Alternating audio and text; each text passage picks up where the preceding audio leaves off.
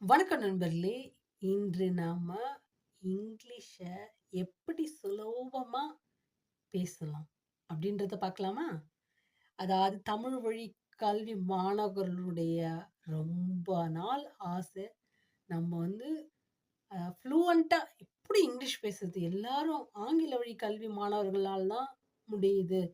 அதுவே கிராமப்புற மாணவர்கள் வந்து கொஞ்சம் தயங்குவாங்க பேசுறதுக்கு.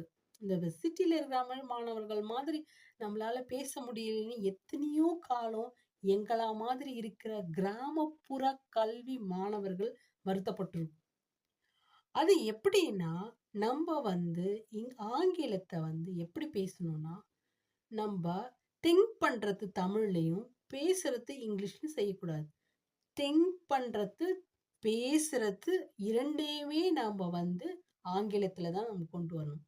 ஃபர்ஸ்ட்டு நம்மளால வந்து அந்த அளவுக்கு ஃப்ளூயன்ட்டா பேச முடியாது எல்லாராலுமே. ஒரு குழந்தை வந்து ஒரு நடக்குதுன்னா ஃபர்ஸ்ட்டு தவழ்ந்து, அதுக்கப்புறம் மெல்லமா நடக்கும். கீழ விழும். மறுபடியும் மறுபடியும் முயற்சி செஞ்சு, அதோடைய பணிய சிறப்பா செய்ய ஆரம்பிக்கும். ஆனா, அத விருப்பத்தோட அது செய்யும். விழுந்துட்டுமே, அடிபட்டுட்டுமே அது கவலைப்படாது. மறுபடியும் விருப்பத்தோட விருப்பத்தோட அந்த பணிய செய்யும். அதனால தான் கண்டிப்பா அதனால வந்து நடக்க முடியுது. அடுத்த ஸ்டெப்புக்கு அடுத்த ஸ்டெப் போயிட்டே இருக்கும் குழந்தை.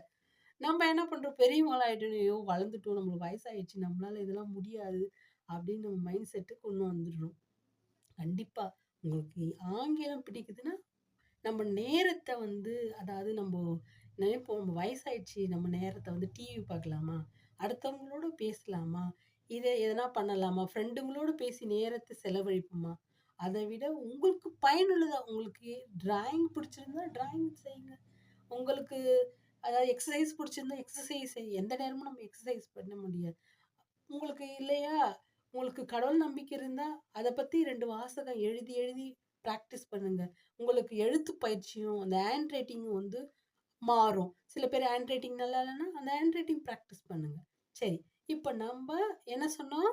திங்க் பண்றதும், பேசுறதும் ஆங்கிலத்தில தான் இருக்கும். ஃபர்ஸ்ட்ல வந்து நீங்க அதாவது 2, 3 வார்த்தையோ 5 லைனோ எழுதி மனப்பாடம் செஞ்சுட்டு, அதுக்கப்புறம் உங்க ஃபோன எடுத்து நீங்க அத ரெக்கார்ட் பண்ணி, அதுக்கப்புறம் பேச ஆரம்பிங்க.